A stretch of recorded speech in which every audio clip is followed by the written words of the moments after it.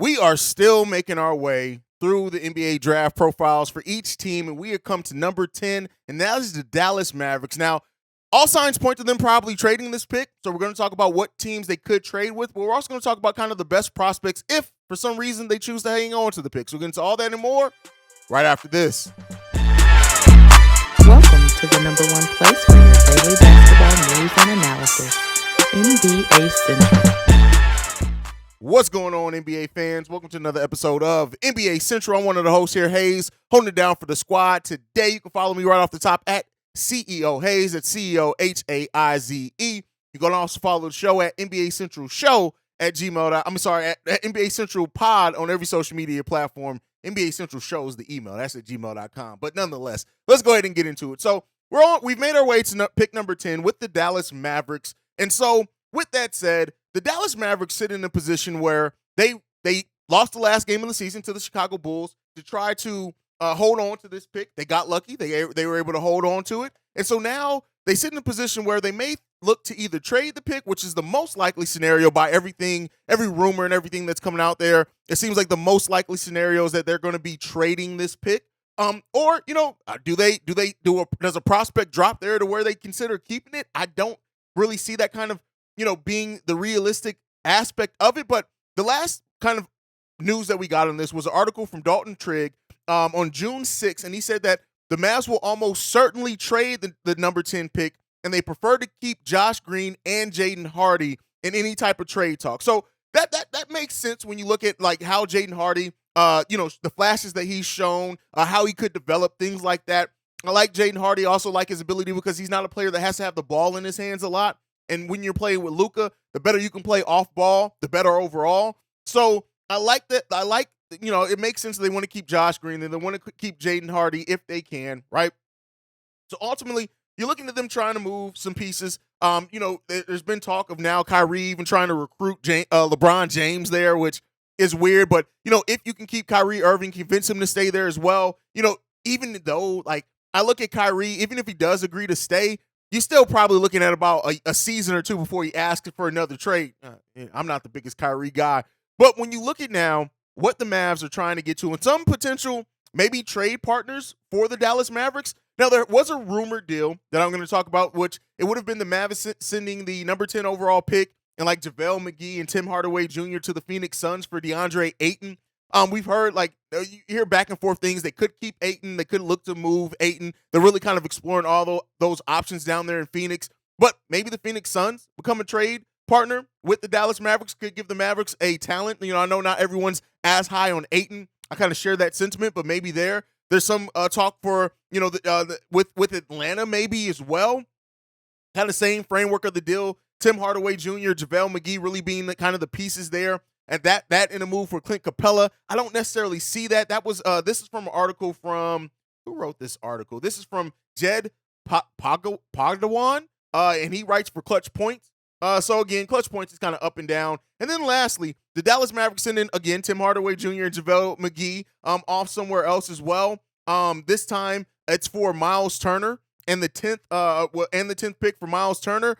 Now, that is an interesting prospect because while the Indiana Pacers have a lot of good talent down there, they got Ben Mathurin, they got Halliburton down there.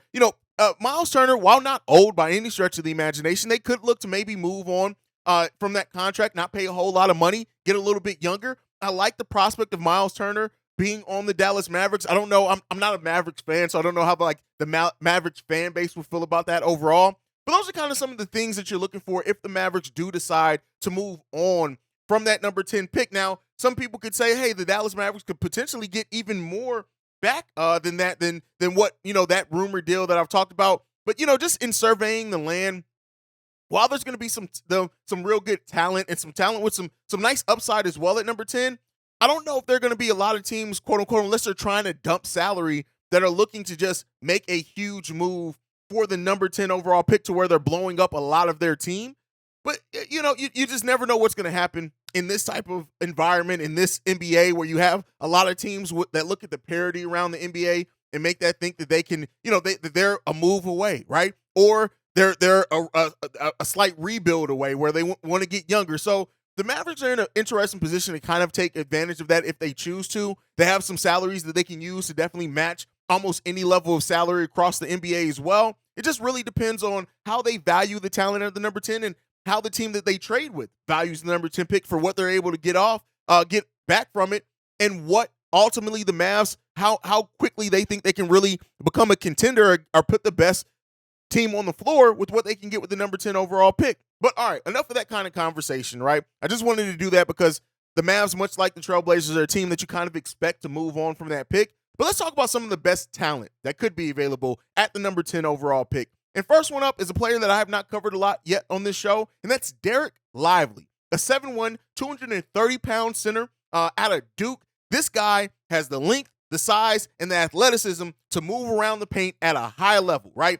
He has a high block rate per the minutes that he plays. He runs the break well, can be used out in transition in a lot of ways there. He's mobile enough to switch out on the interior in some. And, so you want to look at that. Now, also, some of the things with him, pick and roll, solid, and especially in drop coverage, which is a thing that some centers struggle with in the NBA.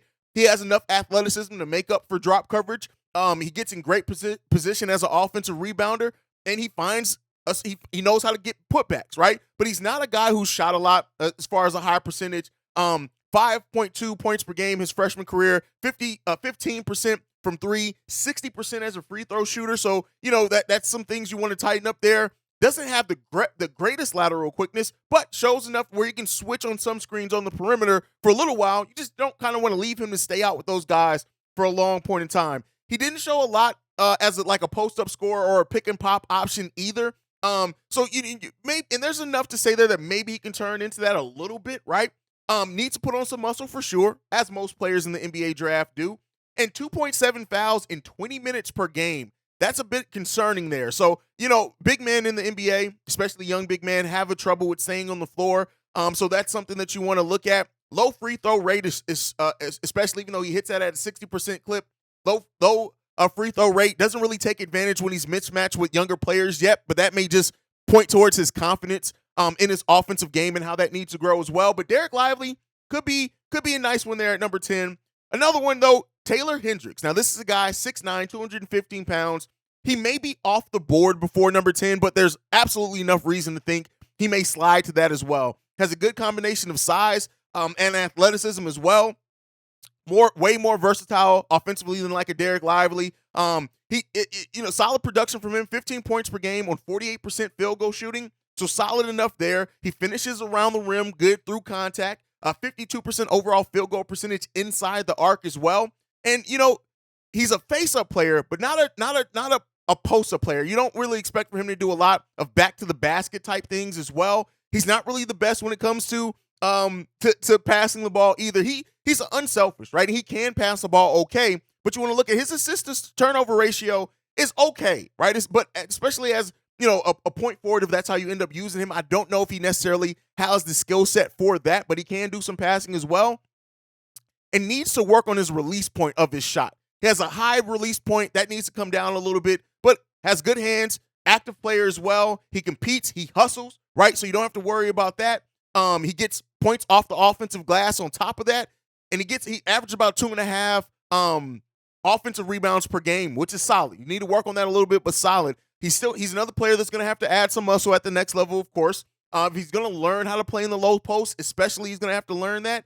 And he's going to have to learn how to establish his position in the post, which still may point to confidence more than anything. And you want to look at that. He was seen as a combo forward early on, but you can absolutely see that he can play some small ball center as well if that frame works out. I like Taylor Hendricks down here, especially if the Mavs do hold on to the pick. Now, last prospect we're going to cover here is Jordan Hawkins. This is a 6'5" shooting guard, 195 pounds, slender. He knows how to use his length well. Great jump shot. Let's be clear here. That jump shot is fucking beautiful, right? And it's the exact way you want to look for it. 38% on three-point field goal percentage on taking 7 3-pointers per game. That's really solid efficiently, right? He knows how to play off the ball, which again is something that you want to look at for anybody you potentially want to pair with Luka Doncic, is being able to play off the ball. He doesn't need the ball in his hands a lot, right? And he's not the best facilitator anyway, right? Consistent shooting motion, so you know that shot is going to be legit for him. can hit shots at a high rate, and if he gets hot, he's gonna play really good. And so there may be some question about redundancy between him and Jaden Hardy as well. But again, I really like the talent overall here. And you got to kind of look at that and think you got to go talent, right? You got to go talent level, I would think. But at number 10, I can look at a number of players that you can get way worse production out of than him. And I really like his potential there. And he could play with maybe Jaden Hardy a little bit too if you go small ball and you get out in transition and stuff like that. So you want to look at that. I like Jordan Hawkins. Like I said, gets hot, and when he gets hot, it's hard to stop him. He has a nice pull-up mid-range shot as well. Again, won't be a facilitator. Only 1.3 assists per game last season. But he's starting to find a little bit way to help to pass a little bit better. But again, he's an active defender, not necessarily shutdown defender by any stretch of the imagination, but definitely an active defender. He's not the most efficient scorer as well. 40% from field goal percentage as a sophomore, 39% overall for his career. Doesn't get to the rim a whole lot, which I don't know if you may look at that as a positive or negative depending on the roster construction of a team that drafts him. Ball handling, he's okay. But again, he's better when he's playing off the ball, coming off screens, coming off things like that. Doesn't pass too much. He's really right-hand dependent, can't go left, so look out for that. And he's not a hugely tough player. And some of that toughness, if you need that on your team and looking for that at the next level, he doesn't necessarily have that. He's also very foul prone for a guard. 2.3 fouls per game last season, which doesn't seem like a lot, but that's quite a bit for a guard. So you want to look at that, especially, he's going to come in at a size disadvantage at the next level guarding NBA wing. So that may be a little bit cause for concern there as well. But overall, I like Jordan Hawkins a lot, especially for the level that he's picked at. Again, if you pick him above the top 10, you're doing too much there. Ideally, he may even fall between like the 12 to 16 range. But depending on what happens, who picks there, who trades with the Dallas Mavericks, Jordan Hawkins could be a target there. But let me know what you guys think on that. Let me know what you think about the trade potential for the Dallas Mavericks. Who's the perfect trade partner in your opinion? What do you think about the prospects? Let me know all that down below. But thank you for tuning in. Make sure you follow the show at NBA Central Pod. You can send us any feedback, questions, comments, concerns, NBA Central Show at gmail.com. And then lastly, if you want to leave a text message and our voicemail, the number to do so, 773-270-2799. We are the number one spot for everything NBA related, and we'll see you guys the next time I feel like making a video. Probably tomorrow. Peace, y'all. This has been a presentation of the Breaks Media.